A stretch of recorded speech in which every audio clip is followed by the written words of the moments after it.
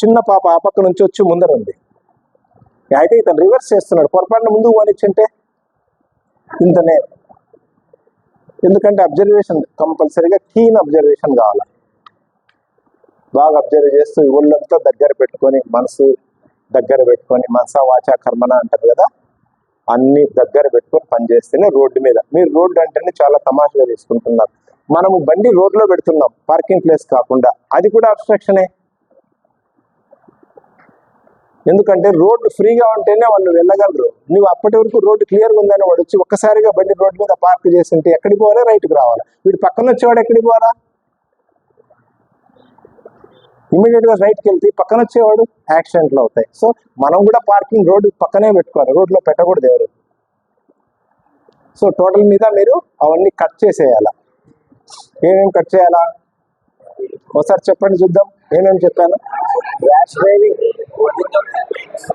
Without helmet, overtaking అంటే mandatory science ఎక్కడెక్కడ ఉన్నాయి అవి తప్పక మీరు దాన్ని రెస్పెక్ట్ చేయాలి, మీరు ఫాలో కావాల్సిందే. సైన్స్ అన్నిటి కూడా చేయాలి. రెండోది, ఈ సిగ్నల్స్ ఉన్నాయి కదా, గ్రీన్ రెడ్, అవి మీరు రోడ్డు క్రాస్ చేసేటప్పుడు కూడా రెడ్ ఉందంటే వెహికల్ రాదని మనకు అర్థమవుతుంది. ఆ వెహికల్ నిలబడిపోయినాయి అక్కడ, అప్పుడే క్రాస్ చేయాలి. వాడికి గ్రీన్ ఇచ్చినాడు, అప్పుడు నువ్వు ఓవర్టేక్ చేసేయపోతే, రోడ్డు క్రాస్ చేసేయపోతే, వాళ్ళు అప్పుడే గ్రీన్ పడింది కదా అని అందరూ వస్తుంటారు, చూసుకొని పోవాలా. దట్టు పెడస్ట్రియన్ లైన్లోనే క్రాస్ చేయాలా.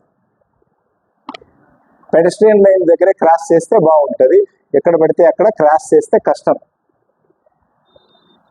ఫాలో అవుతారా? మరి మ్యాక్సిమం ఫాలో కండి. హెల్మెట్ అనేది చాలా కంపల్సరీగా ఫాలో కావాల్సిందే, ప్రతి ఒక్కరు హెల్మెట్ వాడాల్సిందే. మీరు కూడా మ్యాక్సిమం బండ్లు తీసుకురాకుంటే చాలా మంచిది. అది నా కోసం కాదు వాళ్ళ కోసం చెప్తున్నారనే ఫీలింగ్ తీసేసేయండి. ఇదంతా ఎవరి కోసము? మీకోసమే. కంపల్సరీగా ఫాలో కావాలి, దాని విలువ ఒక ప్రాణం, గుర్తుపెట్టుకోండి. ఒకవేళ ఏదన్నా జరిగితే ఏమేమి ప్రాబ్లమ్స్ వస్తాయి? టైం వేస్ట్ అవుతుంది ఫస్ట్, అవునా? స్టడీస్ పోతాయి, మీ పేరెంట్స్కి టెన్షన్ టార్చర్ ఉంటుంది, ఏమవుతుందో చెప్పలేము, బాగవుతుందో బాగోదో. ఒకవేళ బాగైతే మళ్ళీ అది ఒరిజినాలిటీ వస్తుందో లేదో. 5 ఎకనామికల్ బర్డెన్, అనవసరంగా 50-60 వేలు ఖర్చు పెడతారు, అవునా? 50-60 వేలు ఖర్చు పెట్టాల్సిందే కదా. ఏ హాస్పిటల్ అయినా ఊరికే తీసుకుంటారా? ఎమర్జెన్సీ అంటే ఇంకా మరి కాస్త 1 లక్ష అంటారు. సో ఇవన్నీ కూడా సేవ్ చేసుకోవచ్చు. మెంటల్ టార్చర్ ఉంటుంది, టెన్షన్ ఉంటుంది, ఎకనామికల్ బర్డెన్ ఉంటుంది, టైం ఉంటుంది, ఇవన్నీ ఉంటాయి.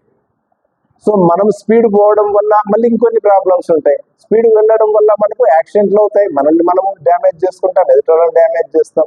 ఆ స్పీడ్ పోవడం, పొల్యూషన్ ఎక్కువ ఇది చేస్తాం. మ్యాక్సిమం అందరూ సైకిల్ వాడితే 100% బెటర్. ఎంతమంది సైకిల్ వాడడానికి వెళ్ళి ఉన్నారు?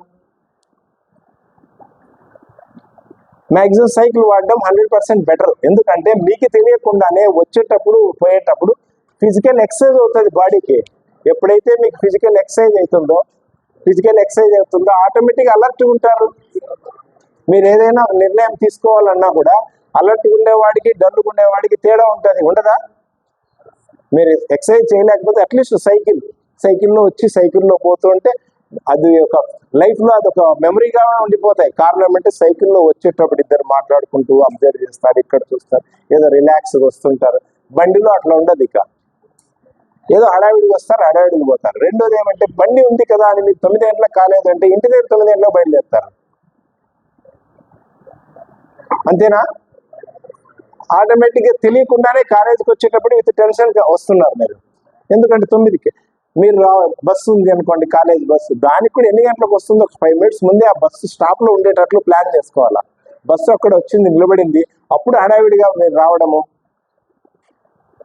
సో మనం బండిలో వచ్చినప్పటికీ కూడా ఇక్కడికి వచ్చి కనీసం 10 మినిట్స్ ఉండాలా ముందే. 9 కలుపుకోండి, 8:50కి ఇక్కడ రీచ్ అయ్యేటట్లు మనం ప్లాన్ చేసుకొని ఇంటి దగ్గర రెడీ అయ్యేసి నిదానంగా చూసుకొని రావాలా. వస్తే మీరు సేఫ్టీ ఉంటారు, మేము సేఫ్టీ ఉంటాం, అవునా? లేదంటే మళ్ళీ మేము రావాలా, అదంతా ట్రాఫిక్ ఇది చేయాలా, మాకు చాలా ప్రాబ్లమ్స్ ఉంటాయి. ట్రాఫిక్ ఏదైనా యాక్సిడెంట్ అయినప్పుడు మీరు అనుకుంటారు ఓన్లీ ట్రాఫిక్ క్లియర్ చేస్తాను, కాదు, మేము సీన్ని ప్రొటెక్ట్ చేసుకోవాలి యాక్సిడెంట్లు జరిగినప్పుడు ఫస్ట్. ఎందుకంటే ఎవరిది మిస్టేక్ అని ప్రూవ్ చేయాలి కదా. సీన్ని ప్రొటెక్ట్ చేసుకోవాలా, ఫోటోలు తీసుకోవాలా, ఇంజూరీ అయిన వాళ్ళకి మేము ఏదైనా వీలు పడితే ఫస్ట్ ఎయిడ్ ఏదైనా ఇవ్వాలా. దాని తర్వాత 108కి ఇచ్చేసి అంబులెన్స్తో మీ బాడీని ఎమర్జెన్సీ సర్వీసెస్కి ఇన్ఫర్మేషన్ ఇచ్చి హాస్పిటల్ పంపించుకోవాలా.